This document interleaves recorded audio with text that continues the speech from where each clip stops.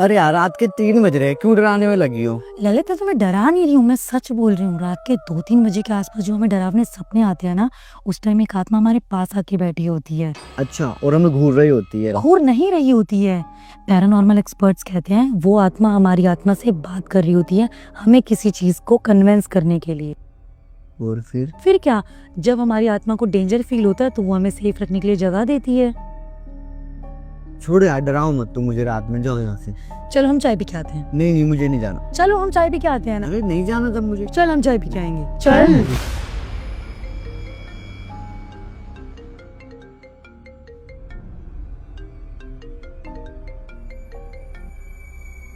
Hello. Hello भैया, दीदी का एक्सीडेंट हो गया है आज शाम को और डॉक्टर ने अभी जवाब दे दिया है। प्लीज आप मैक्स हॉस्पिटल आ जाओ।